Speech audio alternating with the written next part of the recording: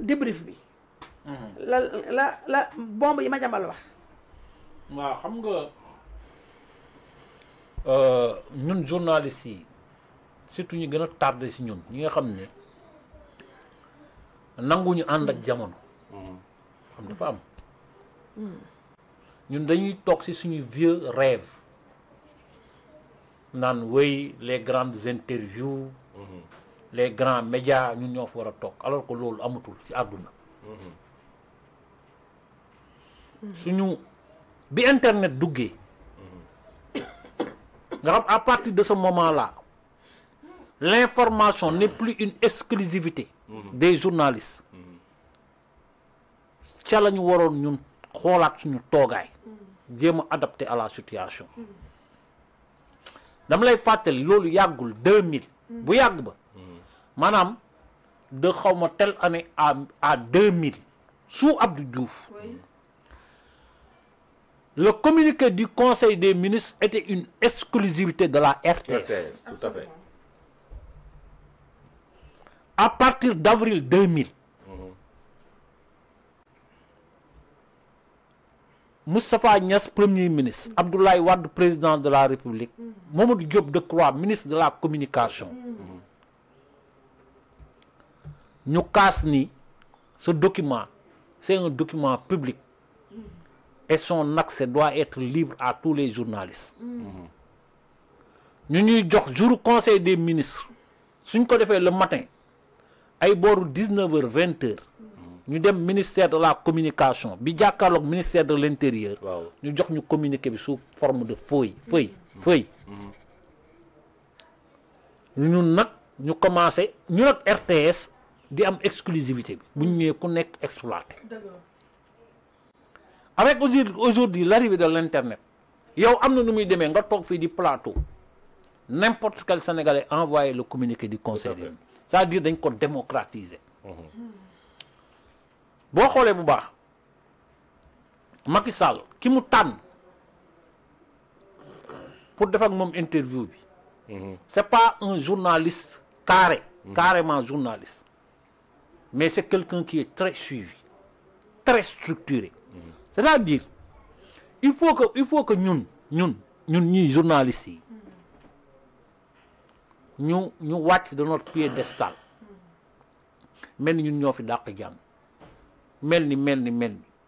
Non. Gis nga suñu métier bi. Métier la bu ouvert. Yow bu fekkee ne yow da nga wóolu sa bopp. Ku ñëw mën nga ko accueillir. Parce que xam nga tey Madiambal Diagne a des réseaux partout, a des amis partout. Xam na su bëggee message fu ko neex la koy jàllale. Mais bu tànnee Bah Diakhaté parce que am na lu muy ut. Dëgg la. Yaa ngi dégg. Parce que aujourd'hui les portes ne lui sont pas fermées. Tout à fait. Parce que interviewé kii ñu woo la. Madiambal day fekk deful kook Aïssatou rek Aïssatou Madiambal na ko de damay wax mu naan ko dañ may tëj. Non grand nañ ko pousse. Mais loolu xam nga waxu caaxaan la woon. yaakaar ni di nga tiital journaliste ba kenn dootul interroger. Vraiment Madiambal moo ñu couvrir. moom moo ñu couvrir. wan leen ni. da ngeen bañ message bi jàll. Non du ma tëjlooti benn journaliste. du ma convoqué lu benn journaliste. mais naa jaar foo xam ni wax ji dina siiw. te kooku du ngeen ko mën woo. Dëgg la. moo tax man leen ce que vous faites c'est très dangereux. bu ngeen ñëwee léegi jël mbir yi jox ko influenceurs yi. parce que léegi cérémonie bu am les journalistes sont en arrière-garde ñiy nekk ci kanam c'est les influenceurs. ñoom la ñuy jox badge yi. ñoom la ñuy jox accès yi. ñoom la ñuy jox all accès yi. mais yow responsabilité bi nga am yow responsabilité bi nga am ci yenn image influenceur bi du ko am. toog nañu fii ci public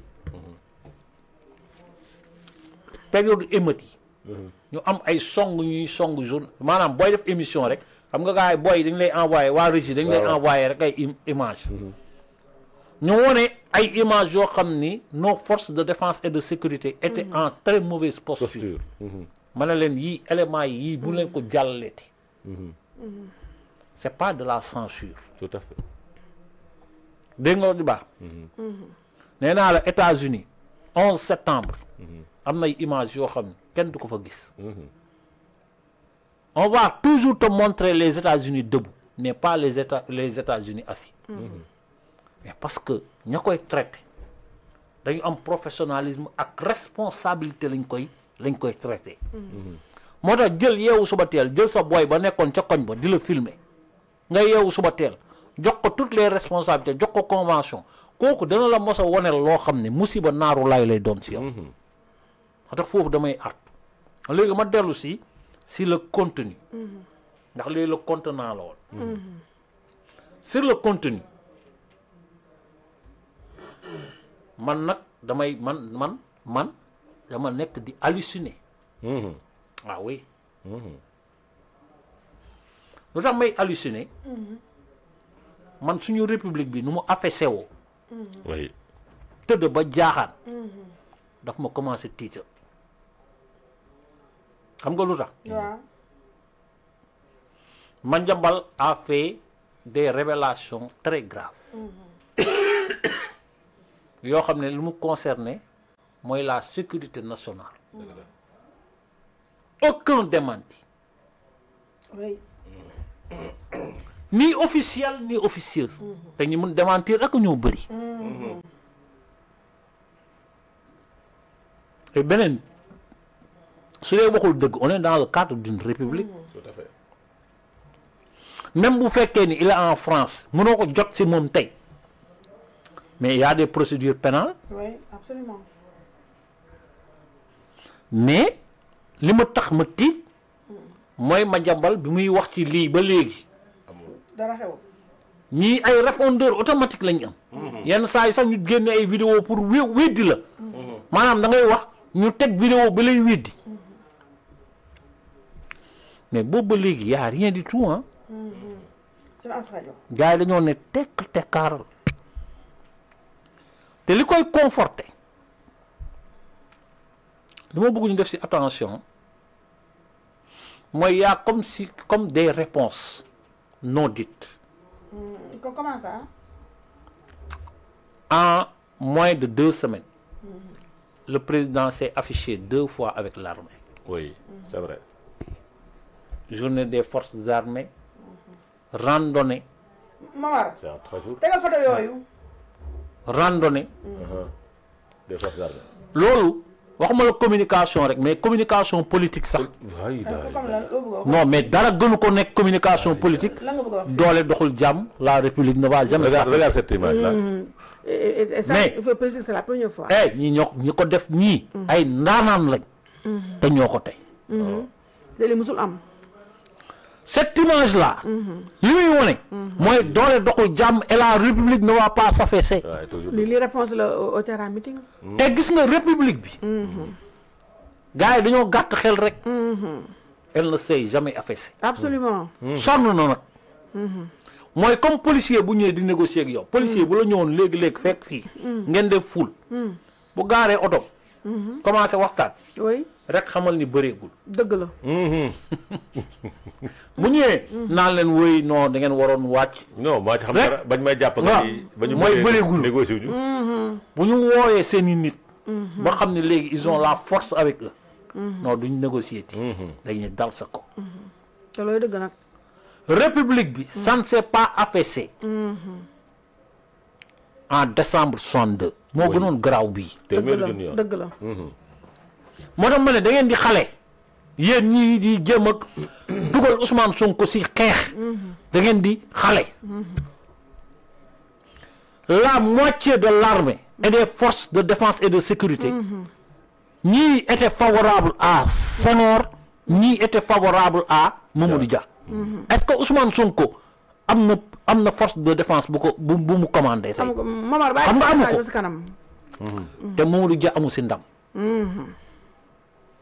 la République ne s'est pas affaissée en 1987 lors de la grève des policiers.